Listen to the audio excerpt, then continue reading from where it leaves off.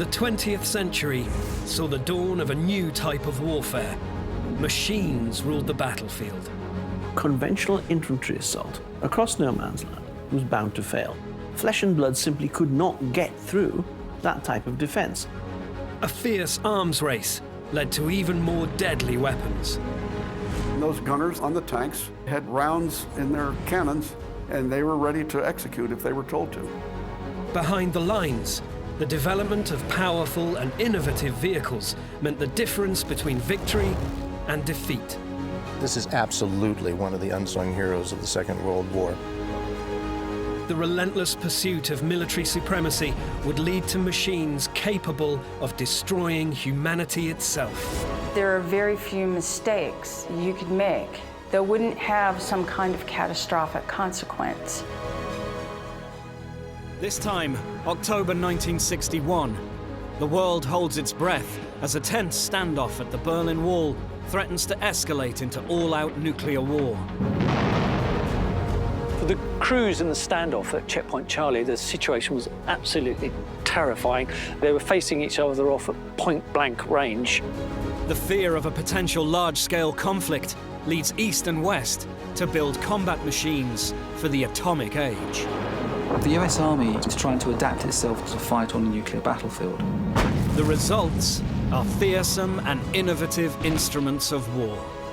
A war that begins as a conventional war in the nuclear age can go to very, very dangerous places.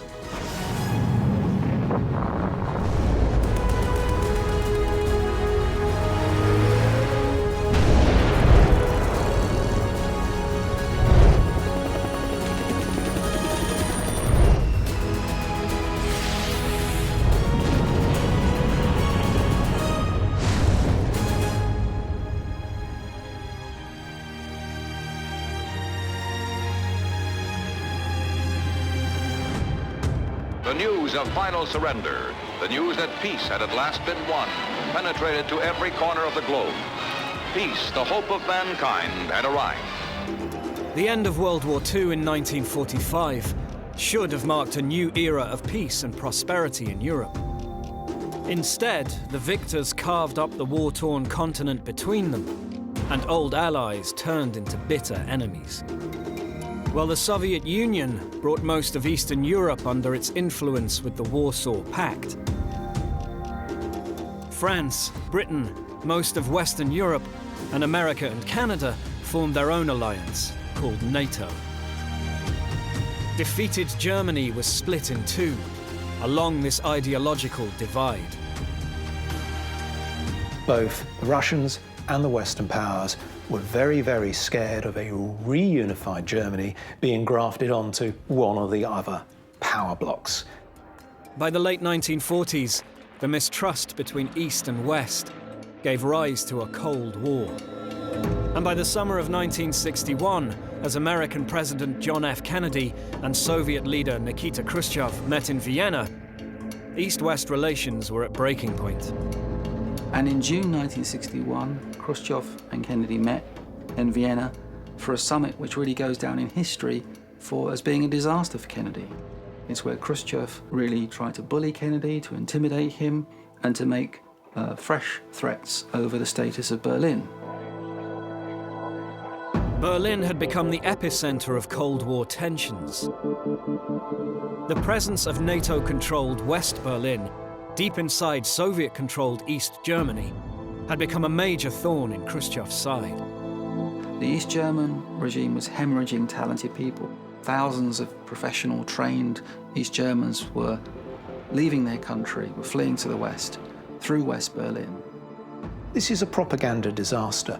Khrushchev is the leader of what he claims to be a socialist and workers' paradise in the East. If that's true, why are the workers leaving in such large numbers? Khrushchev must do something about Berlin. He essentially says, I don't want you, the West, in West Berlin anymore. I want you to go, and if you don't go, I'll make you go. Kennedy refused to back down to Khrushchev's demands over Berlin. Instead, he actually began to mobilize American resources even more for potential confrontation in Berlin. The confrontation, when it came, was likely to be fought with both nuclear and conventional forces. For the US, this meant the introduction of their cutting-edge M48 Patton tank. The US Army knew how fundamental the Soviet tank regiments were to its Cold War military strategy. So if it was going to have any chance of victory in a Cold War conflict, it needed a formidable new tank of its own. So the M48 is actually building on a series of American developments that's been going on through the Second World War. And in many ways, the American way of looking at it is evolution, not revolution. We start the Second World War really with three main types of tank. There's light tanks for scouting, there's heavy tanks to help the infantry break through a fortified position, and then you have medium tanks that go through the gap. Now, as the war progresses, two of those types, the medium tanks and the heavy tanks, almost come together to end up with what we call a universal tank that does all the roles we want. On paper, the M48 was not much bigger or faster than its World War II predecessor, the M26 Pershing. Its critical advantage was its increased durability under enemy fire. This was achieved by casting the hull and turret sections as single pieces of reinforced steel. If you cast armour, it's inherently stronger than welding or riveting armour together, because then you've got joints, you've got issues there of breakages. Certainly with riveted armour, if something hits it, bits might fly off. They've now got the technology for that level of castings, which is not easy to do. To further increase the M48's protection on the battlefield, engineers from Chrysler also added some clever aerodynamics. You see very clearly when you look at it from the front, this boat-shaped design hull. And the idea of curving the underside of a vehicle is that if we drive over a mine and the blast is captured underneath the tank, it can flip it over, and that causes real problems. If you can vent the blast up the side of the vehicle, that blast is dissipated. So we end up with the M48, this amazing boat-shaped cast hull and a huge cast turret. In Berlin, the M48s were about to be used in a very specific and critical role. On the 13th of August, 1961, the diplomatic crisis reached its peak. That morning, hundreds of East German construction workers assembled on the border between East and West Berlin. The Soviet Union, working with the East Germans, begins constructing the Berlin Wall. The wall, the barrier down the heart of Berlin, was designed in the first place to prevent the East Germans crossing into the West. For Khrushchev, this, at least, stops the refugee problem, the hemorrhage of talent of young people. It's the worst thing what's going to happen to Berlin. It's not only dividing our town, it's dividing the German country as a nation. For John F. Kennedy, I think there is a real sense of relief. The West maintains its position in West Berlin, and as Kennedy himself put it, a wall is a hell of a lot better than a war. But even with the new wall in place, Berlin remained a potential powder keg. Under the post-war agreement, representatives of each occupying nation could travel freely between each other's sectors of control. Now that the wall had created a barrier through the heart of Berlin, it was unclear whether this agreement would still be honoured. US diplomats maintained that they had the right, as diplomats, to cross over into East Berlin. And indeed, in the period from August through to October, a number of diplomats were trying to test whether that was indeed the case. Increasingly, though, they found themselves being turned back by border guards. US diplomats were being somewhat provocative. They were poking a stick into the Soviet hive to see what kind of response there would be. The only way to cross the border into East Berlin was through a series of heavily guarded military checkpoints. The US nicknamed theirs Checkpoint Charlie. Vern Pike was the officer in charge of Checkpoint Charlie the day the Berlin Wall went up. Well, the wall just cut a knife through the heart of Berlin. That brought the focus home very clear that the Soviets Although they were our allies, they were not. They were our adversary. The East Germans began to try to exercise control over Allied vehicles, and that was a no-no. We had no relations with the East Germans at all. We were an occupying power, as were the Soviets, as were the British, as were the French. And so all actions that we took with the Soviets, not with the East Germans. And that began to raise the tension levels. America refused to recognize the authority of the East German government. So when US diplomats were stopped at the border by East German guards, Kennedy's special advisor in Berlin, General Lucius Clay, ordered military police escorts for US vehicles to ensure their entry into East Berlin. We took in a military police alert squad of 18 and 19-year-olds, 12 soldiers, in 3 Jeeps escorting this American civilian vehicle with US Forces plates. And we escorted them through the barricades into the Soviet sector, turned them loose, they drove around and brought it back. We did that 15 times. As a show of force, Clay also sent a platoon of M48 tanks towards Checkpoint Charlie to back up the military escorts. We sometimes use tanks in situations militarily they're not actually suitable for, but because they symbolize strength and they have that domineering effect, there's a psychological impact with the tank. That's probably why the Americans sent them to the checkpoint. On the 27th of October 1961, Vern Pike and his men were back at their station after yet another escort mission into East Berlin. On a Friday afternoon at 4 p.m., I'm again at Checkpoint Charlie. We had just released a platoon of our tanks that were there as a show of force to go back to Tempelhof Air Base. Suddenly, the rumble of tanks drowned out the noise of the afternoon traffic. However, these were not the US M48s. These tanks were bearing down on Checkpoint Charlie from East Berlin. I'm there with Major Tyree, was the tank company commander, and we looked across Friedrichstrasse, and there were tanks coming towards Checkpoint Charlie. We don't know whether they're Soviet or East German because they've covered over all the bumper markings, and they've got these black leather jackets with no insignia of rank or unit designation. We don't know.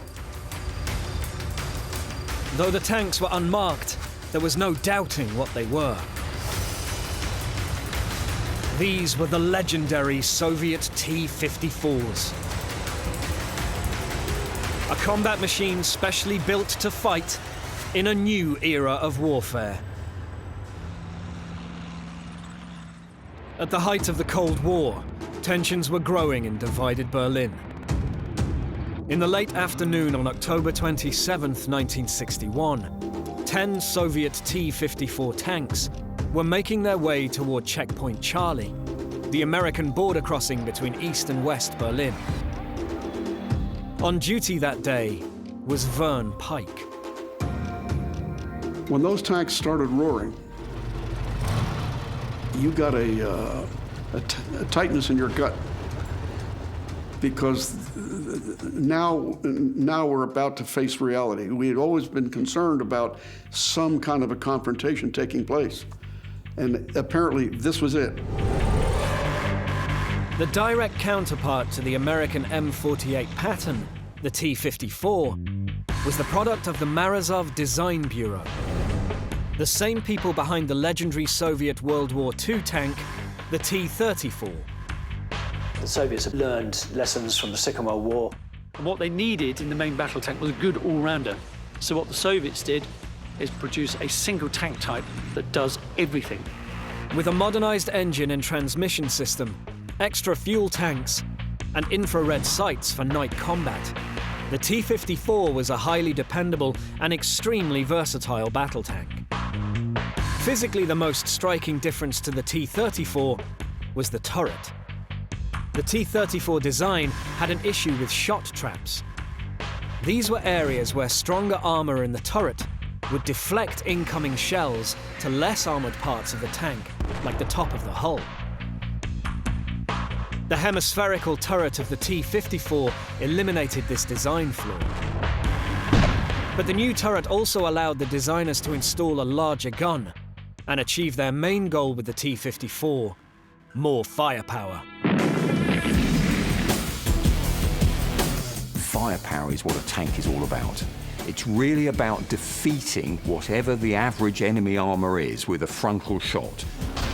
Initially, the Soviets jumped to lead on NATO with the T-54 simply because it carried a much larger gun than NATO tanks. The T-54 was armed with 100mm, whereas its contemporaries of the time, such as the M48, only had a 90mm. So initially, it had greater stopping power. At 30 miles per hour, the T-54 evenly matched the M48 for speed. But thanks to the ingenuity of its Russian engineers, the T-54 was able to create its own smokescreen by injecting raw diesel into its engine.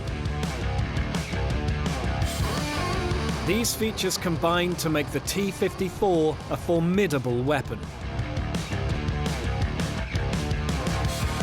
But its real strength was in numbers. Over 40,000 T-54s were built, making it the most highly produced tank in history. 10 of these imposing combat machines were now rolling down Friedrichstrasse in Berlin towards Checkpoint Charlie. Major Tyree says, "Vern, get my tanks back here." So I get into my MP car and I go back up to Tempelhof. His executive officer was Captain Bob Landfear. "Bob, we got trouble at Checkpoint Charlie, follow me." He turns the tanks around, back we go to Checkpoint Charlie. The ante gets ratcheted up to the point that American M48's tanks are sent to Checkpoint Charlie to sit there with their engines gunning, and the Americans been told, "Fire if you are fired on." Moments later, the 10 T-54s pulled up to face down 10 American M48s. Across Checkpoint Charlie, 20 tanks were now locked in a dangerous standoff. But the question remained, who was commanding these T-54s? The East Germans or the Soviets? I'm a 24-year-old lieutenant, and my orders are identify the tanks. So we get in a U.S. military sedan, drove through the baffles, went around back behind the tanks and got out. There's nobody around. So I climbed up in the tank. And I dropped down into the driver's compartment, and there was acrylic script on the instrument panel. And the driver left a Red Army newspaper. So we went back, got in our vehicle, went back to Checkpoint Charlie, and I told the colonel they were Soviet tanks. The Americans might have considered engaging the T-54s if they had been East German, as they were not permitted to deploy tanks in Berlin under post-war agreements. However, the tanks were Soviet, and this presented the Americans with an even more precarious situation. One false move could have triggered World War III. Our tanks deployed, their tanks came up, and everybody goes, they take a big gulp and say, "Okay, now what? What's next?" And those gunners on the tanks, they were ready. They had rounds in their cannons, and they were ready to execute if they were told to. They are giving the order, if you are fired on, you can fire back. We are not going to back down in this incident. To begin with, both the Kremlin and the White House were not particularly desirous of backing down instantaneously. There is an issue of prestige here, and prestige is a very unquantifiable concept, but it's really important to superpowers. It sounds almost like a comedic, blackly humorous moment, but it could have had deadly consequences. With the Americans and Soviets locked in a bitter standoff, it was a situation which could have escalated at any moment. Basically, they were facing each other off at point-blank range. If they'd opened fire, there would have been no survivors on the tanks that were hit. The situation at Checkpoint Charlie was very, very, very tense. And for a brief moment, it almost looked like the Third World War was going to break out. Across the globe, American forces were put on alert. But if the standoff had tipped the world over the edge into an all-out conventional war, the Americans would have been at a distinct disadvantage. Now, the communists at the time, led by Soviet Russia, are building many tens of thousands of tanks, so it becomes a bit of a numbers game. The M48, 11,700 of them ultimately built. That's an awful lot of tanks when you think of production numbers. It's still a tiny amount when you actually look at the Soviet side and the many more tens of thousands they're building. The Soviets had so much equipment, so many men in that area, and that in itself, in tank warfare in the end, it doesn't matter how good your tank is, if you're swamped by the enemy, that is going to be the deciding factor.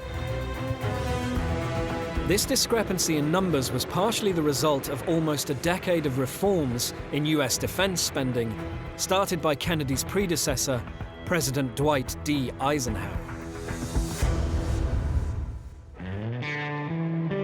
Hoping to spend money on social programs and reduce taxes after the war, Eisenhower decided to reduce the military's size. But with Cold War tensions mounting, America needed to maintain significant power to defend itself and Western Europe. Under the Eisenhower administration's New Look national security strategy, there is a nuclearization of America's approach to the Cold War. The idea behind the New Look was a smaller military that packed a bigger punch. A nuclear one.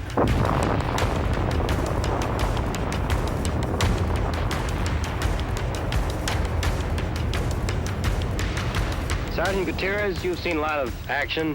Tell us just exactly how this thing looked to you. Think it's much of a weapon? I think it is, sir. But by the 1950s, the Soviet Union also had nuclear weapons. And any conflict between the two sides could quickly spiral into nuclear war.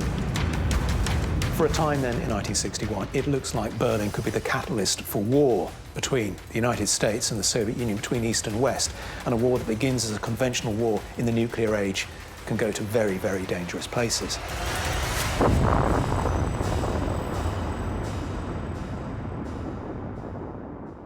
By the late 1950s, NATO forces found themselves in a Cold War with the Soviet Union and its Warsaw Pact allies.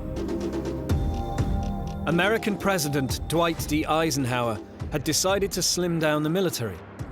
However, the fear of a Soviet invasion of Western Europe meant NATO had to be ready to take on the huge Soviet army with a new set of deadly combat machines.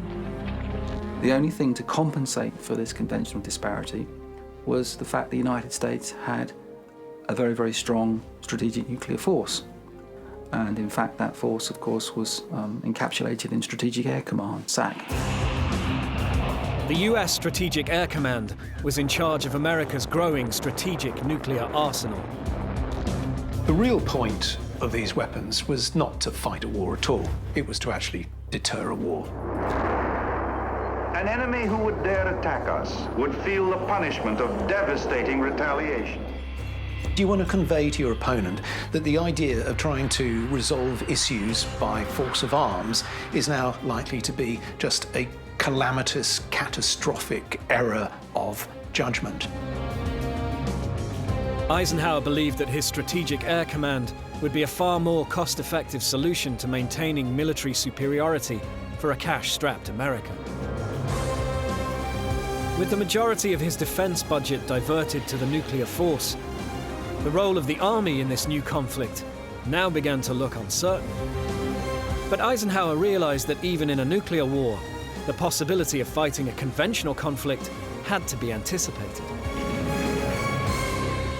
The expensive US army is run down, but a smaller, leaner and meaner army is given tactical battlefield nuclear weapons in order to compensate in firepower for reduced numbers of manpower.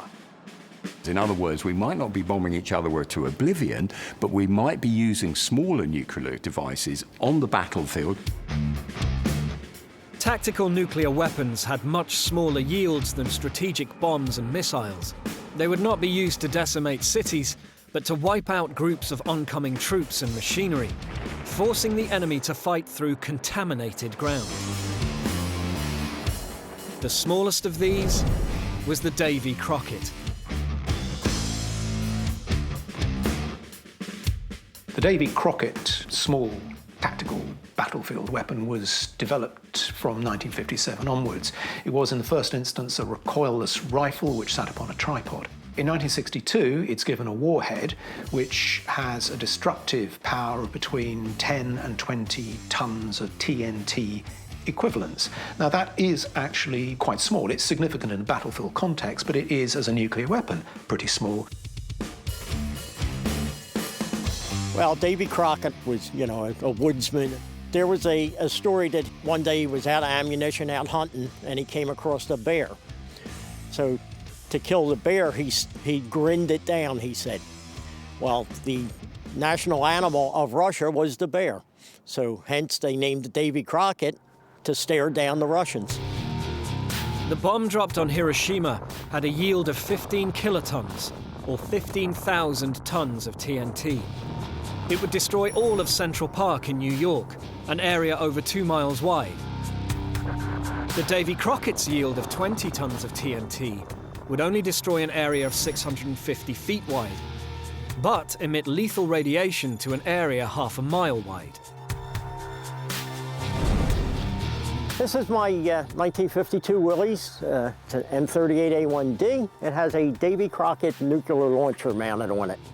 It's basically a nuclear weapon that can be fired by an infantry squad, but it can be removed from the Jeep and carried by 3 men into the field. One man carries the barrel, somebody else carries the nuclear warhead on their back in a backpack. The weapon was muzzle loaded, powder charge went in, launching cylinder went in, warhead went on top and locked to the launching cylinder, and then it was fired electrically. Launching cylinder and the warhead came out and separated in flight, and warhead went on and detonated. Weighing in at only 76 pounds and 31 inches long, the Davy Crockett projectile was a highly mobile and flexible nuclear bomb delivery system. Mounted on regular jeeps, the 3-man Davy Crockett team would be able to react quickly to enemy movements. They would all be self-contained, able to maneuver independently in the battle space when necessary to reconcentrate and to advance.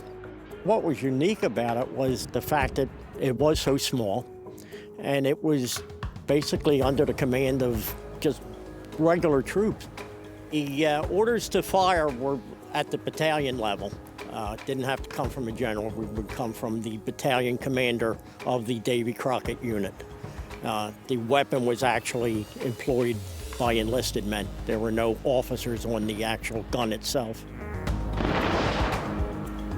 Combat machines like the Davy Crockett were designed to allow NATO forces in Europe to hold up any mass attack, giving time for their tanks to get mobilized, as well as hopefully evening the odds. It was basically an area denial weapon to hold off the Russians till the rest of the army could get there. If we sent enough Davy Crocketts up there, fired enough warheads, it would stop the advance, or at least slow the advance down, because it was determined that it would take 48 hours to get an entire armored division up and running and move up to that area. And one place where the Allies felt the Davy Crocketts might have an important part to play was in Germany. Especially its capital, Berlin, where by 1961, NATO forces were under threat from the Soviets. When you actually look at it, the American forces and NATO forces in Berlin, it's a surrounded garrison. They would not have been able to last very long if it had come to an all-out fight against the Soviet forces surrounding them. Between 1961 and 1971, the US Army's atomic units had deployed over 2,000 of these tactical nuclear devices, with units policing the borders of Europe. The power of this combat machine was demonstrated during the Little Fella tests. On July 17, 1962, in the Nevada desert, the Davy Crockett was put through its paces. They saw the weapon fire from the tripod mount, and then the detonation downrange. It detonated perfectly, releasing its lethal radiation. And which was followed with 4th Infantry Division troops sweeping through the area that had just been irradiated, which is what would have happened on the actual battleground. You would have had our troops moving through. In testing, however, the accuracy of this warhead was pretty poor, and in due course, although it was employed potentially by the US Army right up into the 1970s as a potential weapon, it was regarded more for its radiation-emitting value than its actual explosive properties. It could do great damage with its radiation to enemy concentrations.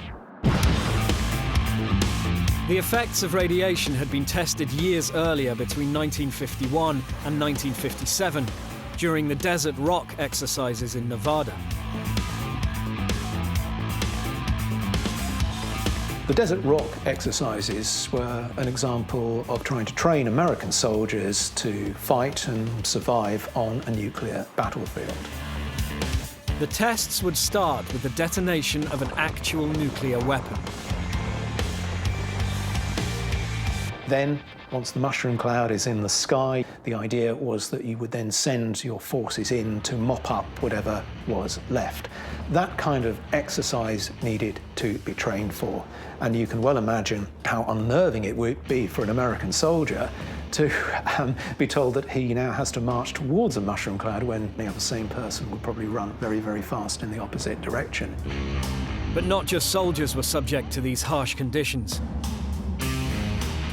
So too were combat machines, including the M48.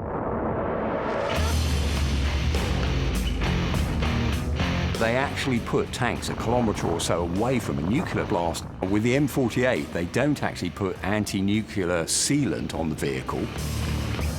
Some are blown over. They estimate the crews inside would have been killed if they were that close. It's going to be another generation before we make those vehicles seriously nuclear, biological and chemically sealed, so there's a chance they could really survive on the battlefield. The Russians reached the same conclusion.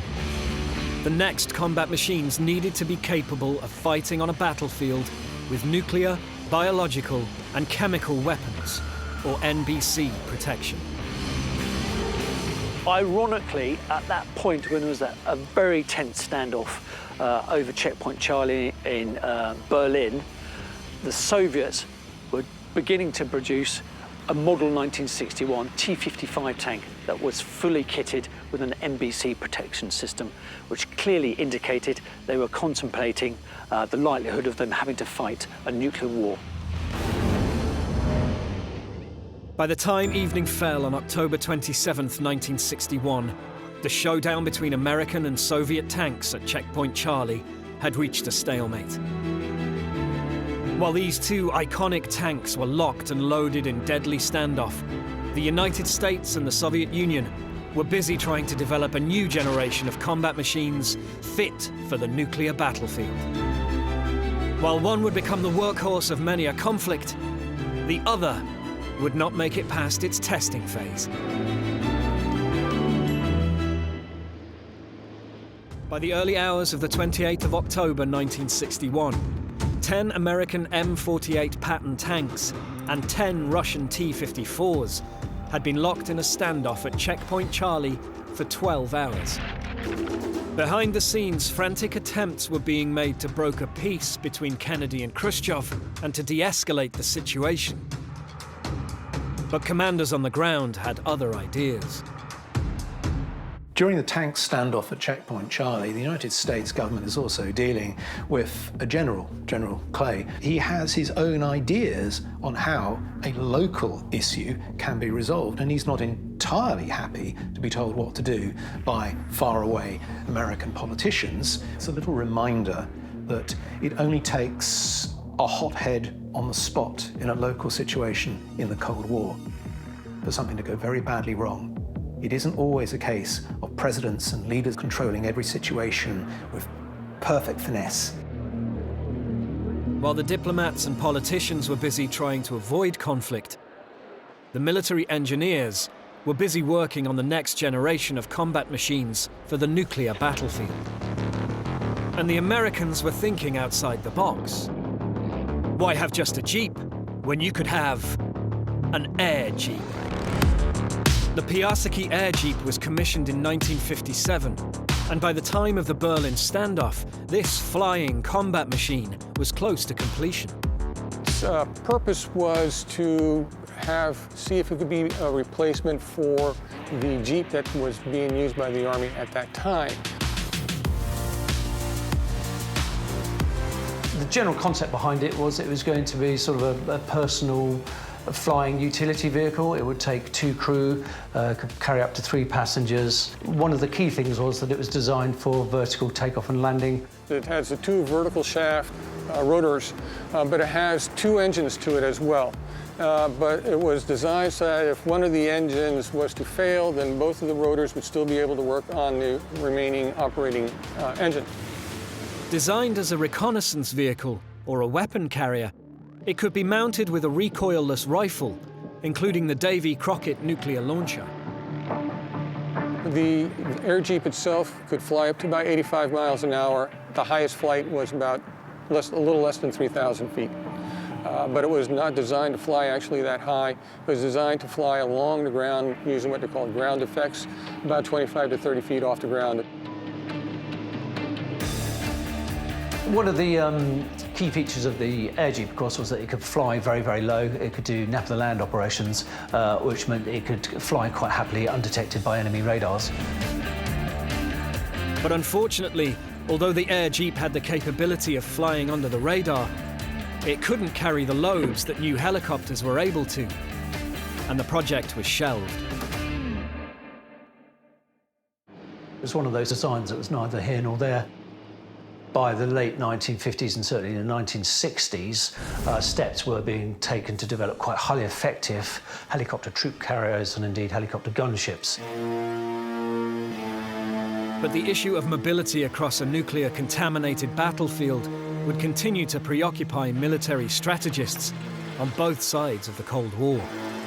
Eventually, Russia came up with a design for a combat machine which would turn the odds in their favor. The BMP-1. BMP-1 was a hybrid between a tank and an armoured personnel carrier. Now, the BMP-1 actually looks a bit like a tank, so it had a turret with a gun, but also a troop compartment at the back to carry infantry.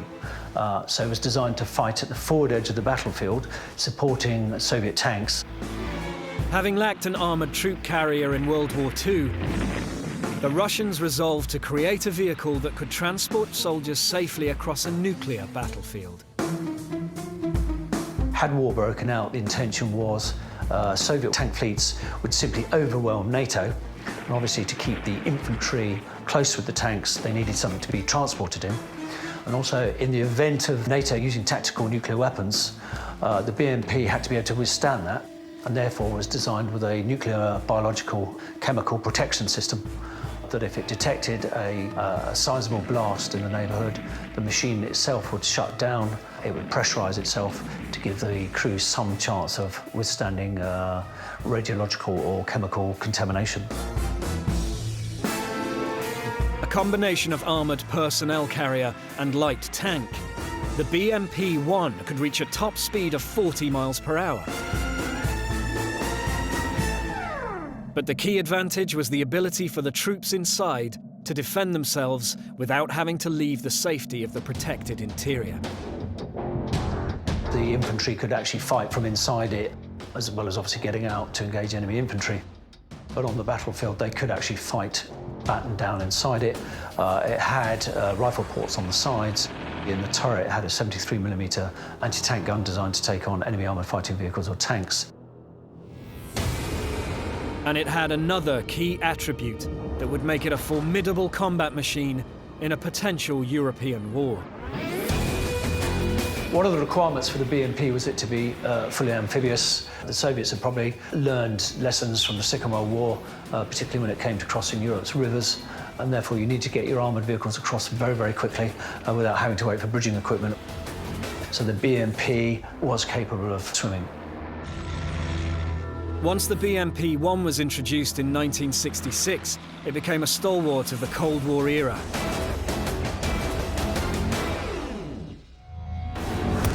On the 28th of October 1961, American M48 and Soviet T-54 tanks were still facing off after more than 16 hours at Checkpoint Charlie. But while the tank engines were running hot, so were the phone lines. Once the danger of a showdown, maybe even a shooting showdown, was recognized, there was feverish diplomatic activity behind the scenes in Moscow and Washington. With neither side wanting to risk war, Kennedy and Khrushchev reached an agreement to de-escalate the situation by ordering a simultaneous withdrawal. I don't know what was going on between the commandants, but when I was down at Checkpoint Charlie, the Soviet tanks just went in reverse and departed. And as they departed, so did ours. It just kind of happened. You know, there wasn't some formal ceremony, you know, to say, situation is resolved, crisis over. It just happened from where I sat, you know, at Checkpoint Charlie. That tank standoff lasts for 16 hours. That is a long time. That is a long time of tension. And in the end, okay, things are resolved. The diplomats get together and the two governments accept that we need to be calm and measured in this and pull back a little bit from the brink. Although US General Clay had been sent to Berlin to stand up to Soviet aggression, his decision to escalate a diplomatic border issue into a tense standoff was too dangerous for Washington. After the Checkpoint Charlie incident, Lucius Clay is withdrawn because it seemed as too risky. If we trigger a war with something like that, it's probably too risky a venture. No one knows what would have happened had shots been fired during those 2 days in October 1961. To simply say that good sense and wisdom and calm heads and measured judgments would have prevailed is all very well, but historians, not just historians, politicians, usually reflect back to 1914 and that moment in Sarajevo when an Austrian Archduke was assassinated, and that shows how a local event can generate continent-shattering consequences. While both the Americans and Soviets took a more restrained approach after the 1961 Berlin crisis, the city's unique situation would continue to be a source of tension in Cold War politics. It wasn't until the early 1970s when the SPD government under Willy Brandt began to deal with the East German government that tensions over Berlin were dissipated, and so that Berlin was removed as a potential source of war between the Soviet Union and the United States. While combat machines like the M48, T-54 and BMP-1 would see action in conflicts all over the globe, none were used on a nuclear battlefield. The pace of technological change and the advent of intercontinental ballistic missiles would soon make the threat of conventional close-quarters combat between the two superpowers all but obsolete. But the combat machines that were spawned from the fear of such a conflict became Cold War icons.